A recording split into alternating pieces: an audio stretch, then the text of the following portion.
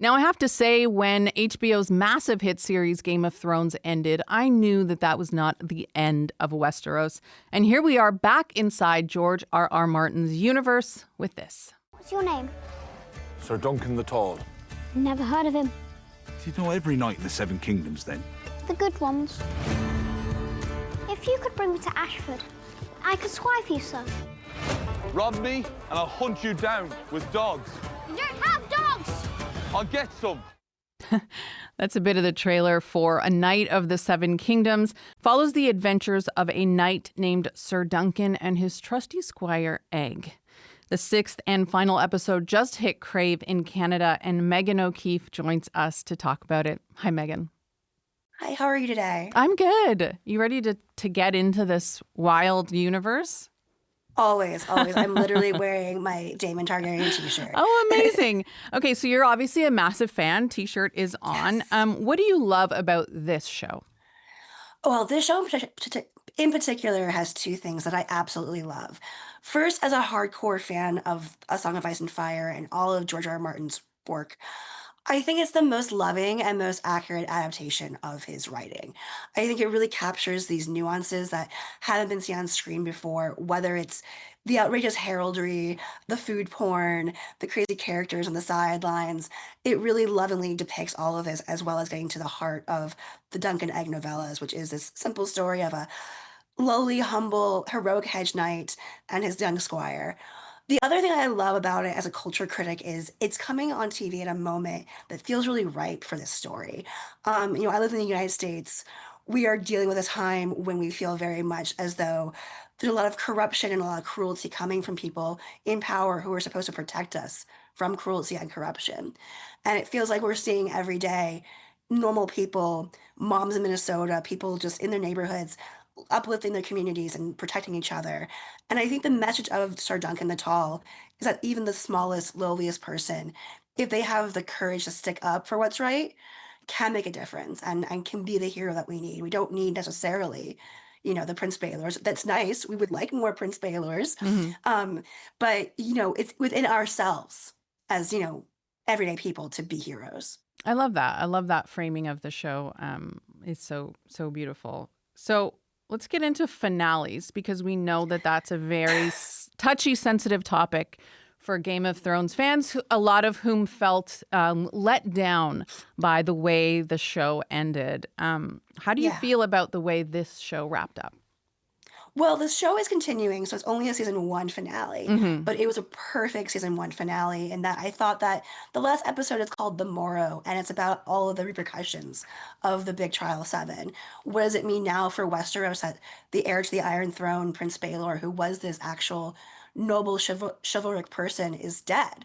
And it's gonna put the fate of the political system into turmoil. What does it mean for Sir Duncan the Tall to be a champion now and to have attention on him? What does it mean for all these characters? But it also wraps up not only setting up a future, but kind of giving us a little wrinkle that's not in the books, which is Prince Maekar does not give us approval for Egg to follow Dunk in the show. In the books, it's kind of understood that he has.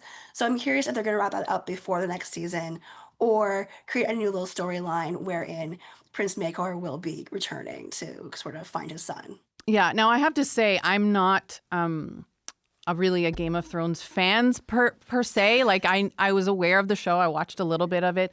I think for people who are not familiar with the universe at all, give us a sense of like, what is this show actually about? You mentioned kind of like, the little guy taking on the big bad guys, but walk us through what is Yeah. this show actually about? Yeah, so I always describe it as these stories as a Knight's Tale, the Heath Ledger movie, but in Westeros. So instead of following Targaryens and Starks, you're following a common hedge knight named Sir Duncan the Tall. His knight who raised him has just died. He's borrowed his armor. He's going to tourney. He's going to try to make his medal, but he immediately runs afoul of these larger, powerful figures in Westeros. It's about a young, innocent man discovering that the world is corrupt. It's about a young man learning how to become a mentor and a better version of himself by helping a young squire named Egg, this little boy who he thinks at first is just an orphan, but is actually a prince in disguise, be a better young child. And it's kind of about the repercussions that, we've watched Game of Thrones, we've watched House of the Dragon, we've seen the fabulous costumes, the dragons, the battles.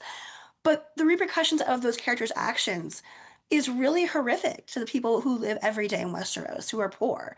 And so we're kind of finally seeing their perspective on these massive political soap operas. And it's both upsetting, but also humorous and really relatable. And it adds more color and dimension to this already beautiful world. Yeah, it's very different from Game of Thrones for sure. And my poor husband, I kept being like, yeah, your dragon show. But then I realized there's no dragons actually on this show.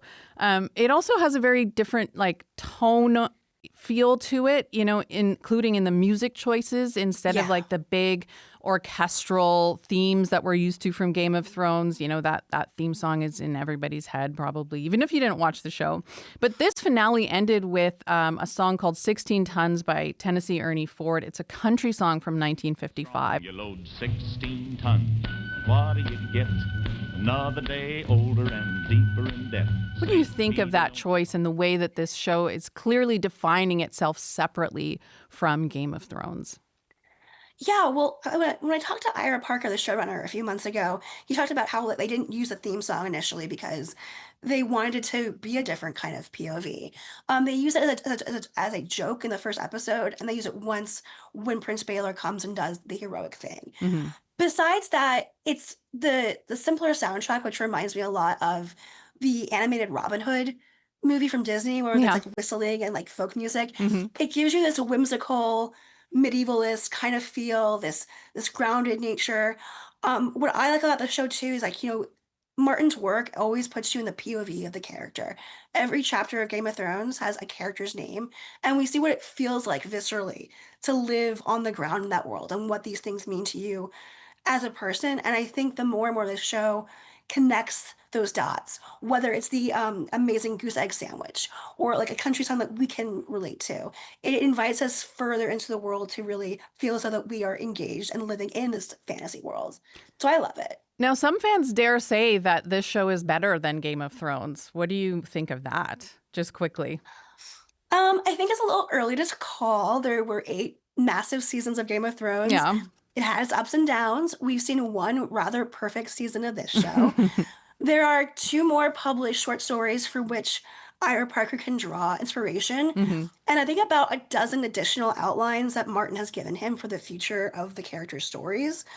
So we'll see. I mean, I'm really excited to see, will we follow Duncan Egg all the way to the end? And if so, are they going to stick with Peter Claffley and Dexter Saul Ansel? And will this be decades prolonged? Will they recast? Well, I'm curious to see what happens next, and really excited for fans of this season who've not read the books to meet some of the characters in the second and third story.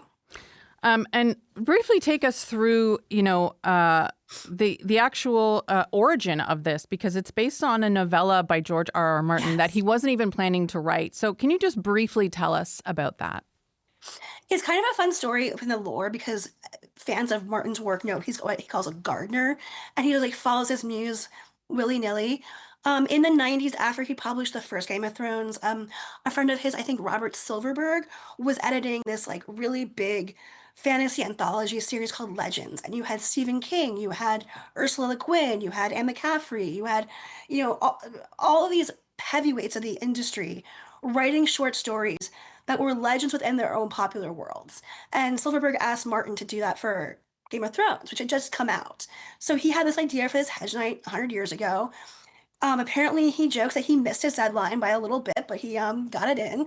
And I think Martin credits the story for actually helping Game of Thrones become a thing, because apparently people bought Legends for other writers, read The Hedge Knight, and then read Game of Thrones and its episode, and the sequels after there. So it's kind of a fun story how even the beginning of Dunk's origins, he helped Game of Thrones kind of reach higher levels. I love it. Well, Megan, I really appreciate you coming on and chatting about this very fun show with us. Yeah, no, thank you for having me.